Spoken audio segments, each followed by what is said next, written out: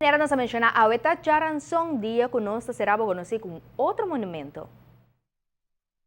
Bem-vindo a outra edição de nosso monumento. Na Espírito une nos passado e nos presente. Hoje nós vamos contar um tique de evolução de tienda e pacusnan dentro do centro da cidade e um específico que seguro toda gente conhece. Nosso papo aqui de monumento La Linda.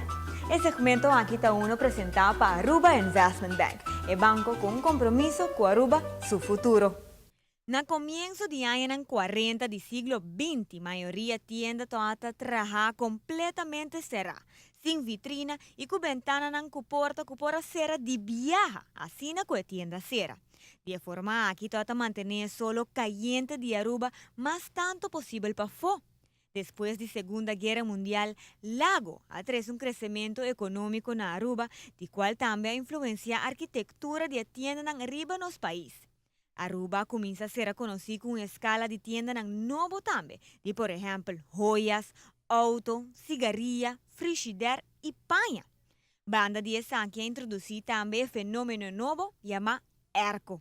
Arquitecto ha comienza a trabajar diseño más moderno y a incorporar el fenómeno aquí adentro.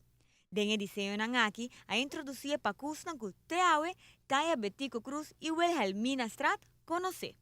Un día pacusnan aquí nos tour conoce como La Linda, situada en la calle Betico Cruz número 1, cual también está un monumento.